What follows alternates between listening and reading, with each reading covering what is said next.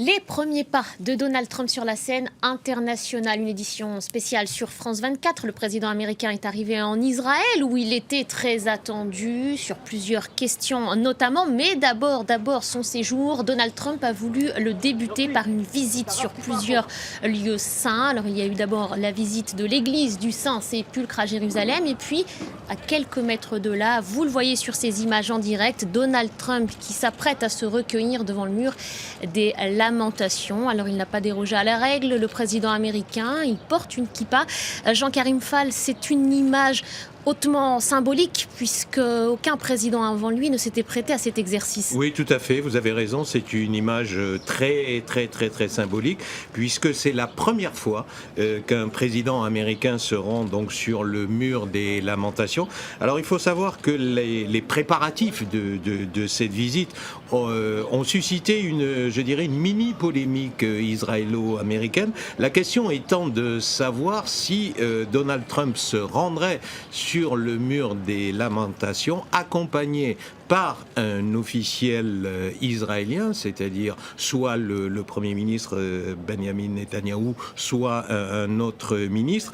Bien entendu, si cela avait été le cas, visiblement, au vu de ce que l'on voit là sur les images, ce n'est pas le cas. Et de toute façon, l'administration américaine avait déjà clairement dit qu'il n'y aurait pas d'officiel israélien aux côtés du président américain sur le mur des lamentations, justement pour que les États-Unis ne prennent pas fait et cause, si vous voulez, dans la polémique sur, l'appartenance de Jérusalem. Ça, c'est un détail, je pense, qui est très important, puisque là, on voit le président américain accompagné de son épouse et simplement d'un rabbin qui est en train, visiblement, d'expliquer ce qui va se passer dans les minutes qui viennent. Et de son gendre également, Jared Kushner, qui est aussi de confession juive, on le sait, et qui est très impliqué dans la vie. Qui a un rôle de conseiller,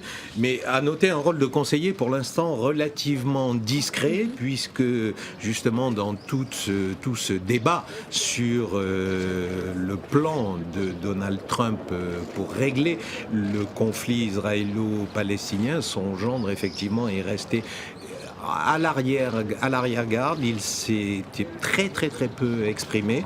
On sait qu'il a effectué quelques visites, mais a priori pas en Israël, puisqu'il s'est rendu en Irak. Il se serait aussi rendu en Égypte, mais c'est pour l'instant un conseiller, on va dire, très discret.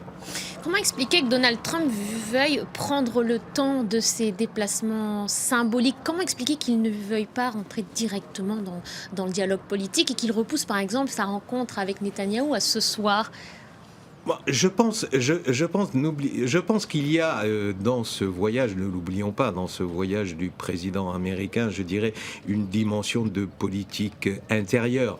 N'oublions pas que Donald Trump a quitté Washington, dans une véritable tempête liée donc à ce qu'on peut appeler le Russo Leaks, donc les relations troubles qu'une partie de son administration aurait entretenu avec la Russie durant la campagne électorale. Ce Russo Leaks qui a abouti, rappelons-le également, à l'éviction du patron du FBI. Donc il a quitté Washington dans une véritable tempête et là visiblement il cherche à se recrédibiliser aux yeux de l'opinion publique américaine mais aussi aux yeux de l'opinion publique mondiale.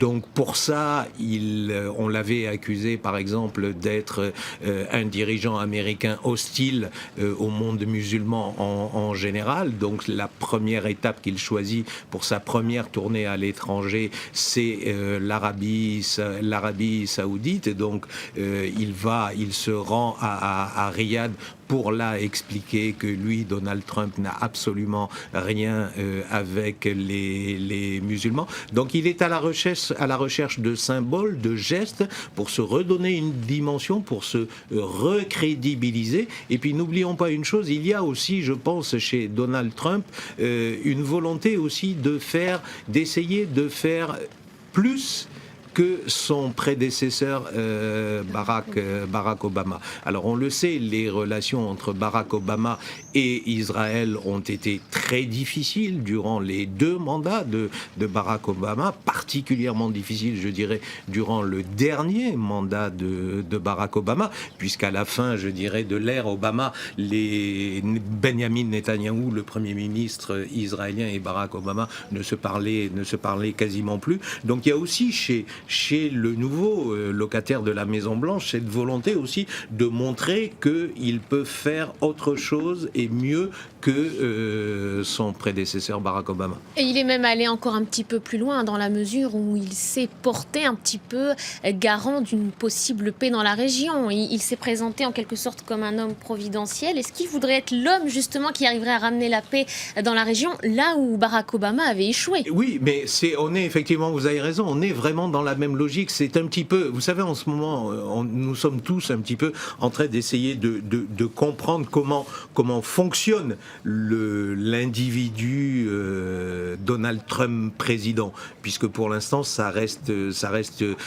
une énigme. Donc effectivement, il s'est placé sur ce dossier hautement délicat, hautement difficile, sur lequel tous ses prédécesseurs se sont cassés les dents, tous systématiquement, de Clinton à Bush père et fils, en passant par Barack Obama, personne n'est arrivé réellement à faire avancer ce dossier. Donc lui, il se présente, si vous voulez, avec son aura d'homme d'affaires en disant, permettez-moi l'expression, mais vous allez voir, moi je vais vous régler ça très rapidement, comme j'ai réglé des deals quand je faisais des affaires à New York et que j'étais agent immobilier.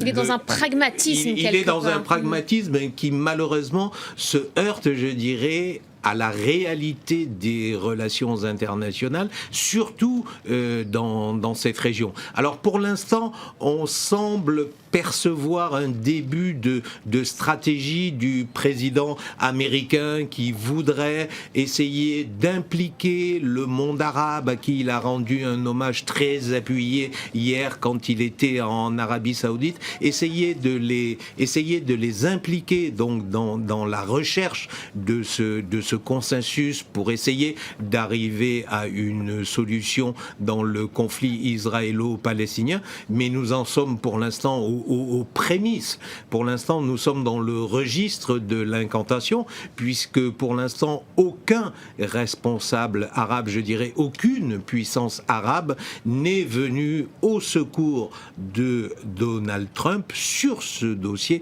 israélo-palestinien. On pense bien entendu à l'Égypte, et au maréchal Sissi, qui a été reçu à Washington, le maréchal Sissi qui a également reçu à plusieurs reprises au Caire Mahmoud Abbas. Mais pour l'instant, au Caire, c'est la discrétion, c'est la prudence.